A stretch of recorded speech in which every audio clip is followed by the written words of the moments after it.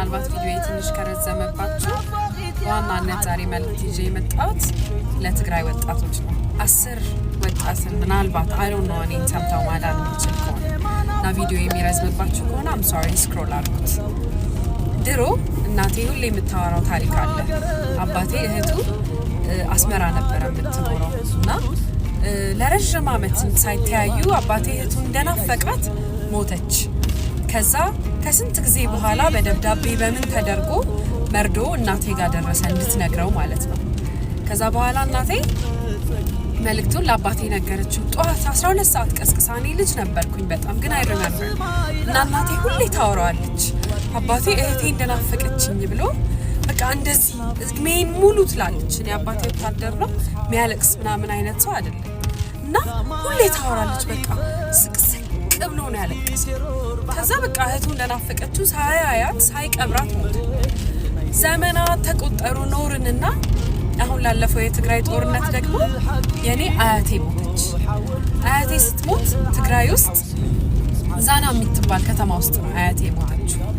ከዛ እዛው ትግራይ ውስጥ ጦርነት ስለነበረ መቀሌ ያሉት ልጆቿ ቤተሰቦቿ ከመቀሌ ተነስተው ወደ ዛና መሄድ አይችሉም ነበር። ምክንያቱም ኦሬዲ እዛው ከተማ ውስጥም ጦርነት ኃይለኛ ጦርነት ነው ያለው ማለት ከመቀሌ እስከ ሽሬ ድረስ ማለት ነው። ስለዚህ እኛ ደግሞ እዚህ አዲስ አበባ ያለነው ደግሞ ተነስተን እዛ መሄድ አንችልም። ሶ አያቴ እድሜ ልኳን ቀባሪ ያርጋችሁ እያለች የመረቀችን የኖረችው በጣም መወዳት አያቴ 3 ለቅሶ ተቀመጥን ማለት ነው። ዛና ያሉት አብረዋት የነበሩት ተቀመጡ፣ መቀሌ ያሉት ልጆቿ መቀሌ ተቀመጡ። እኛ ደግሞ አዲስ አበባ ለቅሶ ተቀመጥና አንድ አጎቴ ምን አለ ጉድ መጣብን ዘንድሮ ወንድምና እህቶቻችንን ማንቀብርበት ዘመን መጣ አላይ ሪሜምበርና በጣም አዘንን። ተከፍቶ ከስንት ጊዜ በኋላ ተገናኘን አለፈሱም ማለት ነው። የኔ ይሄ በጣም ትንሹ ታሪኬ ነው። በጣም ወዳቸው ዛሬ ድረስ በቃ እውነት የማይመስሉኝ ከዝኖቼ ጓደኞቼ ነበሩ። ያጣኋቸው በጣም ብዙ ሰዎች አሉ። ከኔ የባሰ በጣም ብዙ ይዘገናነን ታሪክ ደግሞ ሰምታችሁ ይሆናል። እናቴ በትግርኛ ብዙ ጊዜ ምን ትላለች? ከም ቀደሚያ ይመስለክን ወሕጂ ወስደክን ትላለች።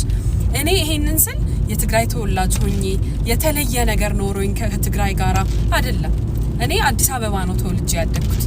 ትግራይን እንኳን በእድሜ ከፍ ካልኩ በኋላ ነው ያየኋት። ግን ፎር ሰም ሪዝን ለዛ ህዝብ የተለየ ነገር አለኝ በቃ የሚያንገበግበኝ የሚያንሰፈስፈኝ። ከዛ አሁን ምን ሰማው ነገር ደግሞ በቃ አላቅም ከውስጤ ሊወጣልኝ አልቻለም። እንዴትም አድርጌ ከውስጤ ላወጣው አልቻልኩም።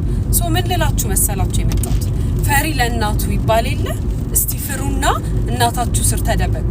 እስቲ አሁንም ደግሞ እናንተን መቅበር አያቅተን።